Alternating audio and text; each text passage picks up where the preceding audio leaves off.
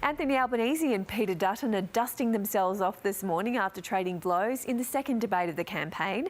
Power bills, housing, climate change and the public service featured heavily. Tom Crowley is on the campaign trail in Sydney.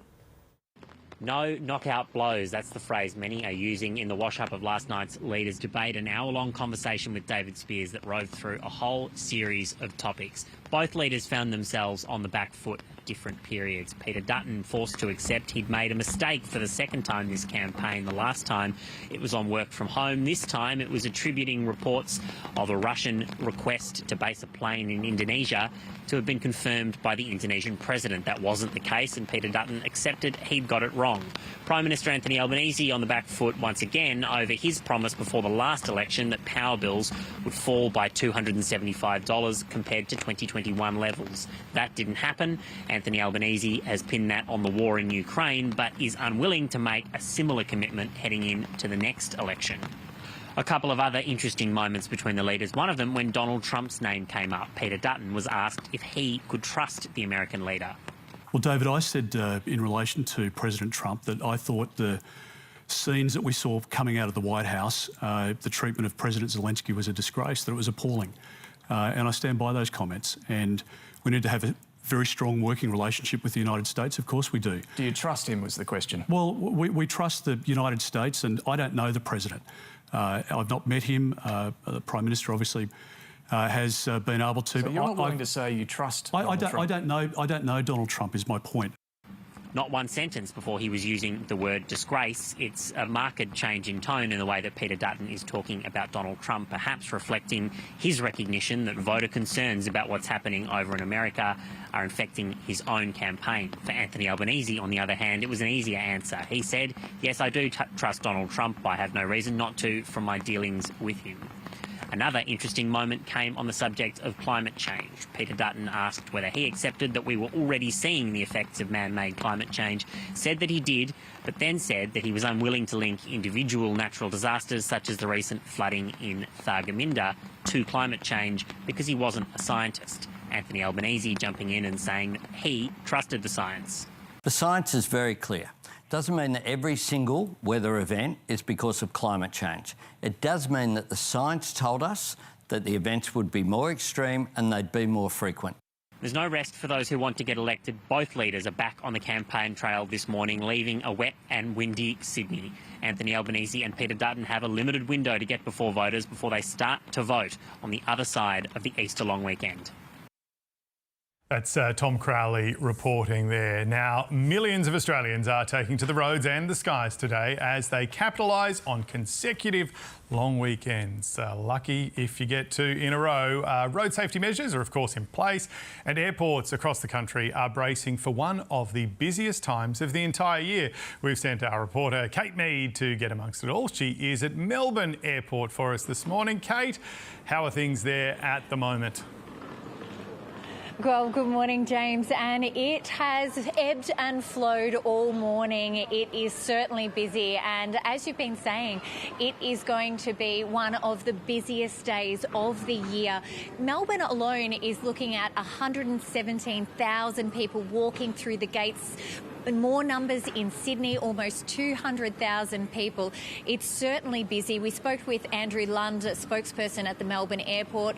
He talked about airport security being ramped up, reminding people to allow that extra time, not just with parking, but getting through the security and those types of things. Where are you off to? We're going to Sydney. Sydney, and what are you doing up there? We're going to see our family and cousins. Heading up to Proserpine, so heading up there for the long weekend. Go back there on Tuesday. I've got family up there, so I haven't been up there in a good 10 years, so it'll be good to see them. Oh, it's great, and we're going up to see my daughter, my eldest daughter. It's her 60th birthday. We're going to go to Sydney over the Easter weekend. We're super excited. We're going to a music festival there. Lots of families being excited on their trips away, a first trip for a young couple, plenty of excitement. But it's not just about the air today. It is a reminder also that it's going to be very busy on the roads, and for some states, including New South Wales, the ACT and WA, we're also looking at double demerit points, which kicked in from 12 p.m. last night, 12 a.m. last night, I apologise. No, that's all right, Kate. You are warming the bottom of my heart. It's gorgeous to see so many people heading off to see loved ones. We'll come back to you later in the program.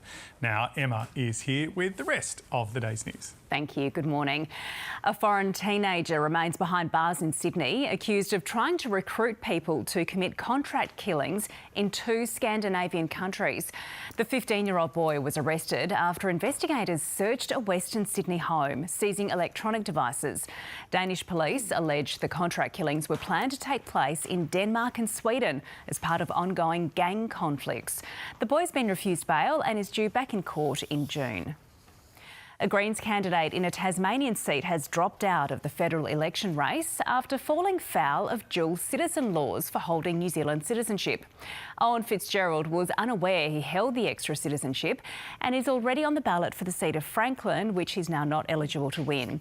Franklin is considered one of the Greens' strongest lower house seats in Tasmania, although it was unlikely to threaten the sitting MP, Labor Minister Julie Collins. New Australian research has found climate change is posing a threat to blood supplies globally and could also trigger a rise in the need for blood donations. Researchers from the University of the Sunshine Coast and the Australian Red Cross Lifeblood predict health issues, the spread of infectious disease and extreme weather exacerbated by climate change will affect people's ability to donate blood. A new poll reveals Australians' trust in the United States has dropped sharply since US President Donald Trump returned to the White House. Research by the Lowy Institute found only 36% of Australians trust that the US will act responsibly. That's the lowest result in the poll's 20-year history. A look at finance this morning. The Aussie futures relatively flat. The Dow down a bit this morning and the Aussie dollar over 63 US cents today.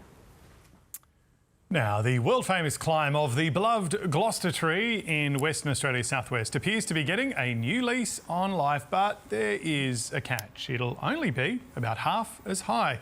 For decades, visitors climbed the 61-metre tree without harness or supervision until it was closed in 2023 because of structural issues and public safety concerns. Authorities have now released a tender confirming that the new climb will be 37 metres tall. That is still pretty high. Pretty tight, yeah. Named after a former Governor-General.